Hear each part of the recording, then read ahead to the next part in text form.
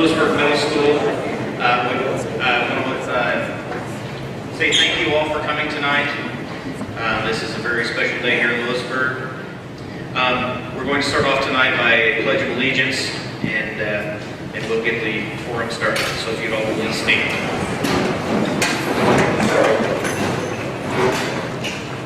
I pledge allegiance to the flag of the United States of America and to the republic for which it stands, one nation, under God, indivisible, with liberty and justice for all.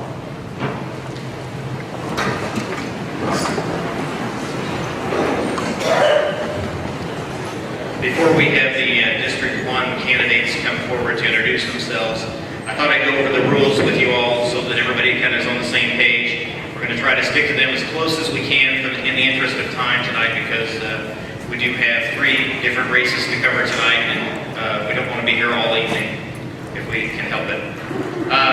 Rules are as follows. Candidates from each contested race will have 1 minute to introduce themselves before being asked questions. Number 2, once the introductions are completed, the first question will be asked. Each candidate will have 1 minute to answer.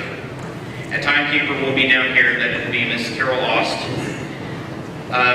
When they have 30 seconds left to answer, she'll flash, and when their time is up, once each person or candidate has answered the questions, they'll each have 30 seconds for rebuttal if they feel like they want to. Each question will be asked once. If the candidate needs it to be re-asked, just say so at that time. As I stated before, we're going to have the 3 candidates from the County Commissioner's race, District 1, each come forward. We're going to start alphabetically. They each have 1 minute to introduce themselves to you, and then we'll get going. So, thank you, everybody, for coming tonight. I want to thank the Chamber of Commerce and the mayor for hosting this forum tonight. I'd like to start off by thanking Jim Weiss for his service.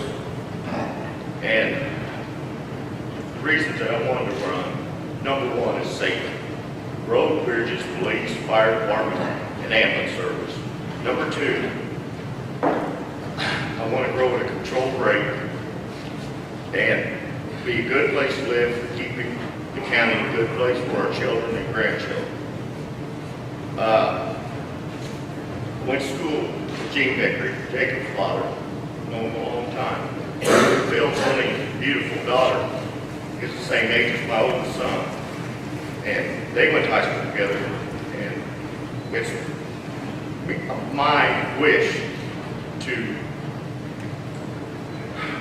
for us to be just as good friends as we were before this started and afterwards. And I don't know why we can't be. They're both good people. Thank you.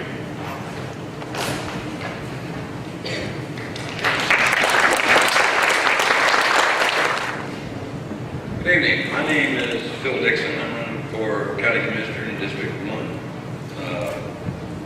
My background has been that my wife Judy and I have raised 3 children and 9 grandchildren, and we have lived in the community for over 40 years. And one of the reasons I wanted to run for the commissioner is I retired recently, and I found out that I'm not a retirement person. I have the time now. I've considered doing this for a while, and now that I do have the time, I'd like to spend the time. Anyway, my background has been an owner in a printing company in Kansas City for over 20 years, and I think my background in owning the company will benefit being a commissioner. Thank you.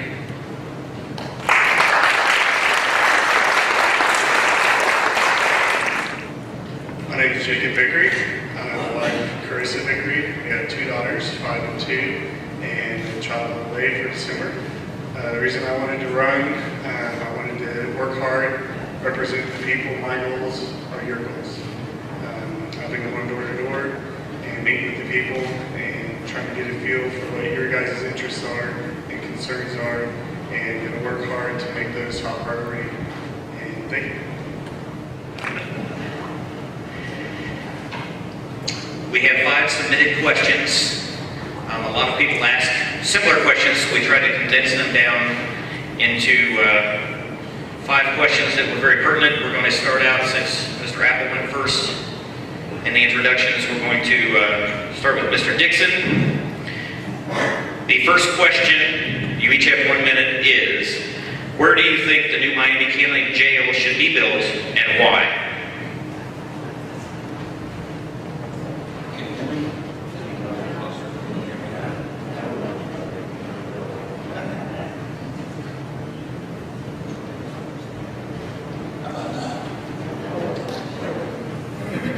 Well, I believe Miami County Jail should be built downtown in the Pale District. I went to one meeting and sat for about an hour and listened to the commissioners. Did find out one thing, all 5 of them are smart people. And I think, without a doubt, I think it should be built. I understand Pale, people want it. And if they want it, I think it'd be a great place to put it. And I spoke with a gentleman in Johnson County who kind of described what we were considering, and that's almost identical to what we're designing one of these times. I think the underground portion of it is good. That people could be taken over there, not across the street, and so on and so forth. So, in my opinion, not studying a lot, I think it should be there on Square Pale.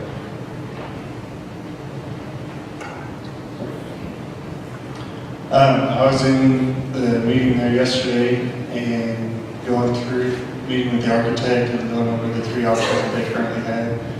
And it does seem that on the square seems to be a good option. I know that they're looking down by Osawani is another option, but one of the concerns there is the ongoing cost of the transportation back and forth to the courthouse. So I think, looking at the overall cost and keeping in mind the future and how this will affect our future is important. I was fortunate enough to be picked to serve on the jail committee by Commissioner Lott. Our committee came out and wanted to go in green site. The commissioners are working that out, and it will probably be done by the time we get there. We need to look as far down the road as we can. The transportation of that stuff, they're spending more than $250,000 a year on moving prisoners now to other jails. And I just feel like the commissioners will do the right job, and I believe it will be out of our hand before we get there. And that is one of the reasons that I'm running, because of the experience of a lifetime in construction. You guys are sitting on the concrete floor right here.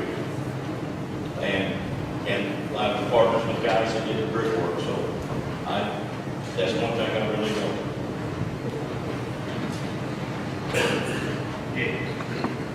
Just make sure you speak as closely into it as you can so everybody can hear.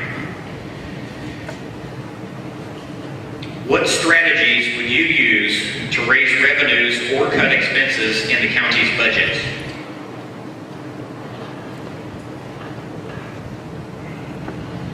I think it's important to not be looking at how we can raise taxes, but how we can cut anywhere that is unnecessary spending.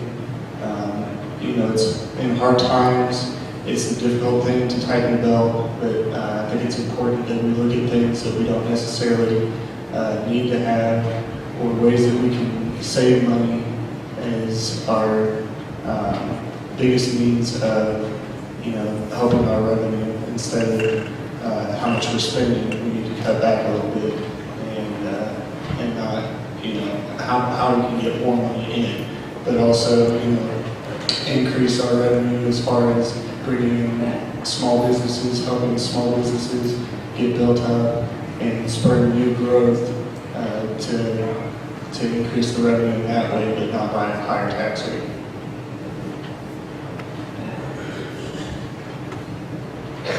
The deal on taxes is we need to keep the taxes need to be a good steward of the money we receive. We need to work on bringing new business into the county, and we need to be aggressive in trying to find business employers to move into this county, but not at the cost of the taxpayers with financing, buying ground and that stuff.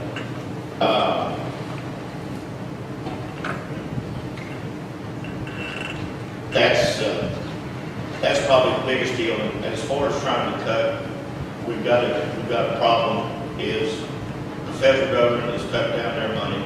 The state is butchering the money that's coming to the county. So we have a big, hard task in front of us on that. Thank you. As far as the budget goes, I've got to admit that I have not studied it. I think I would have to hear a lot of the information that the present commissioners have to make a decision on what you need to do. But if I was a commissioner, I would get really, really aggressive in going out, talking to companies in different areas out of the city, get them down here, do everything you can to sell them. We got a great workforce here, and not everybody needs to make $100,000 a year. We could get some jobs down here that would pay, a decent wage, save people from wearing out cars, burning gas, and so on and so forth, create revenue and taxes, kind of help out the individuals and their taxes. One thing I forgot to do in the first question, does anybody have a rebuttal they would like to? You have 30 seconds.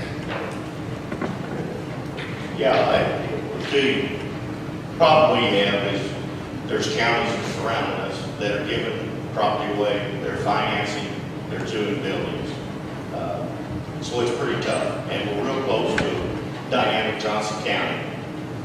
And we're 8 miles or 10 or say 12 miles from the county, from the city of Oakland Park. So it's coming at us whether we're prepared or not.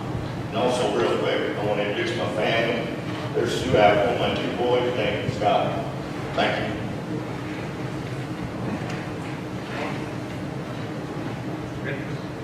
I do want to say something about the workforce in our area.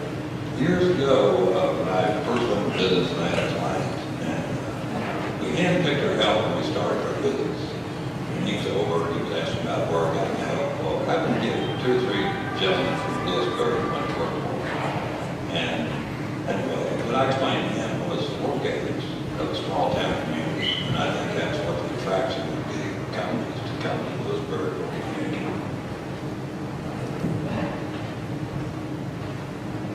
Thank you, gentlemen.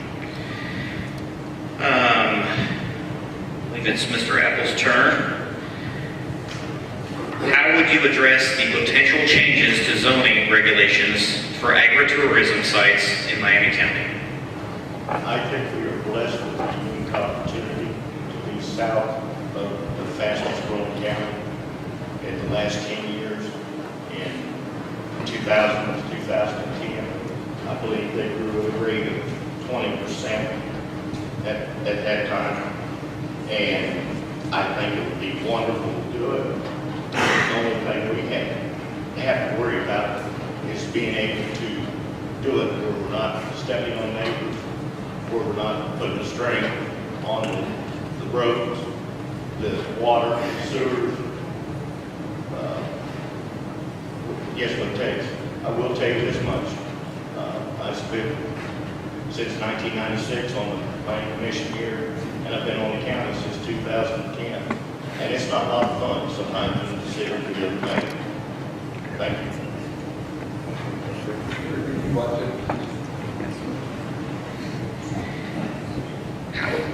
Excuse me, how would you address potential changes to zoning regulations for agritourism sites in Miami County?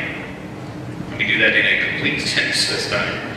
How would you address potential changes to zoning regulations for agritourism sites in Miami County?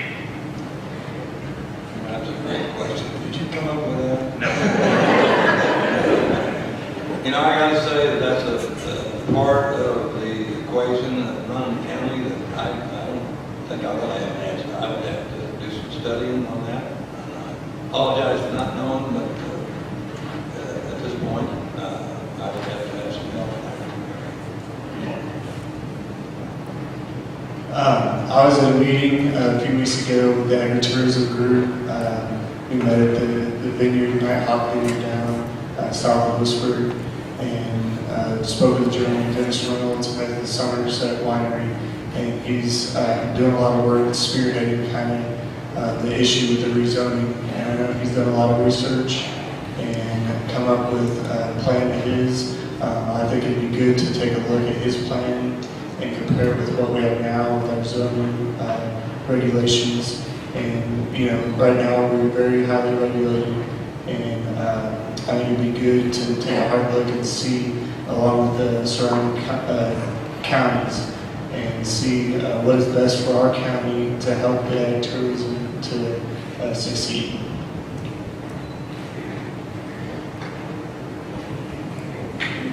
Well, there's one thing that I forgot to mention, and Teresa Reed said here, she's our new planner, and she does a wonderful job. We are blessed with the fact that the Elton County now, we do have a how can we get it done attitude instead of no, we don't need you. And the agritourism is a big, big thing. Thank you. It's your turn, Mr. Dixon. I am just a vessel. I did not come up with these questions. What would your plan be to encourage business in Miami County? Well, my plan would be a repeat of what I basically said. Was go out, search out, find companies that our location would work great for, and then explain to them the type of workforce that is living in this community. Everybody here is hard workers, and I think that would be my sales pitch to any companies.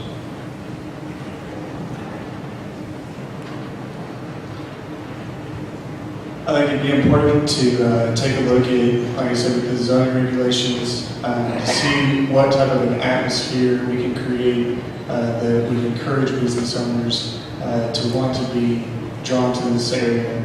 And I think, you know, going around talking to people and figuring out what the issues are for them and finding out what reasons they have for not coming to the area, trying to resolve those, and just, you know, spur on growth as much as we can.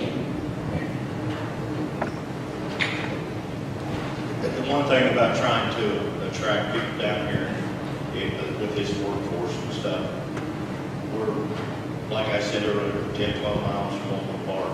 There's a lot of good paying jobs up there. I'm in the construction industry.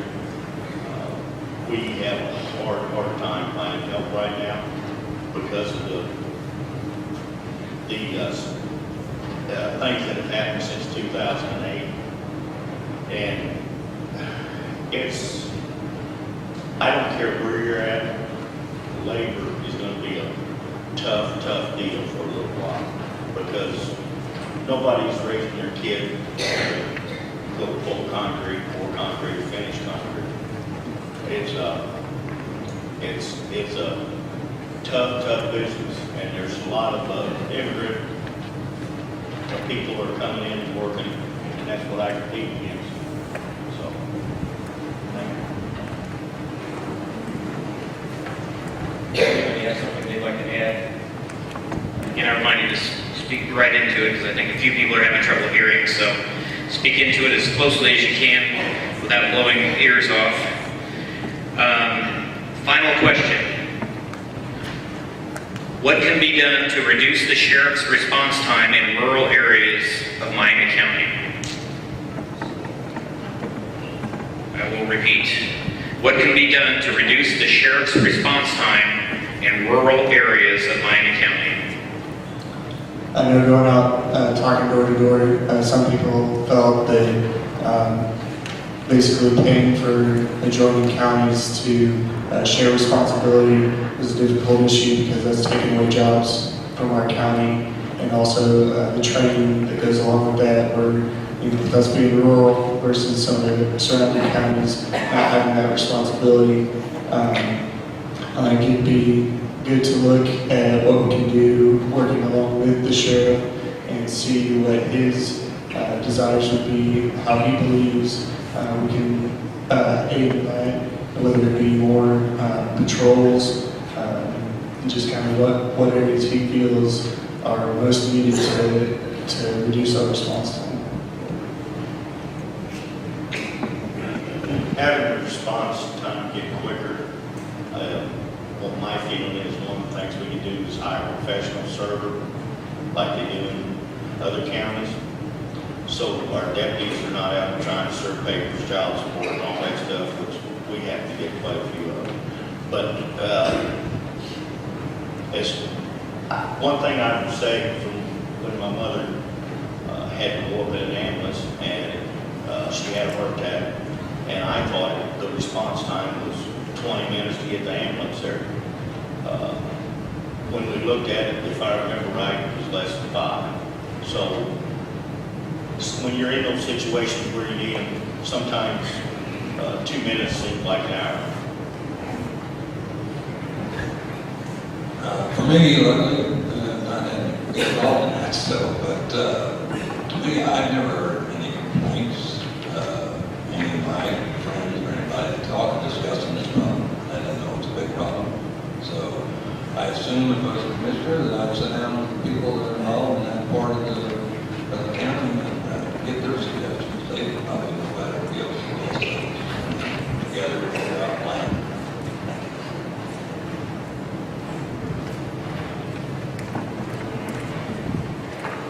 Anybody have anything else they'd like to say? Last 30 seconds.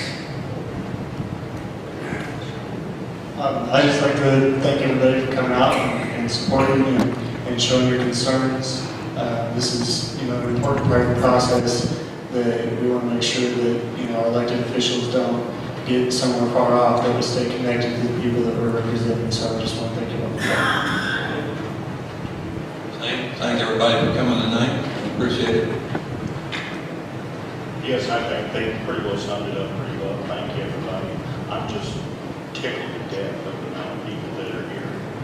And I would appreciate every one of you voting for me. I really can. Thank you. Thanks to all our candidates.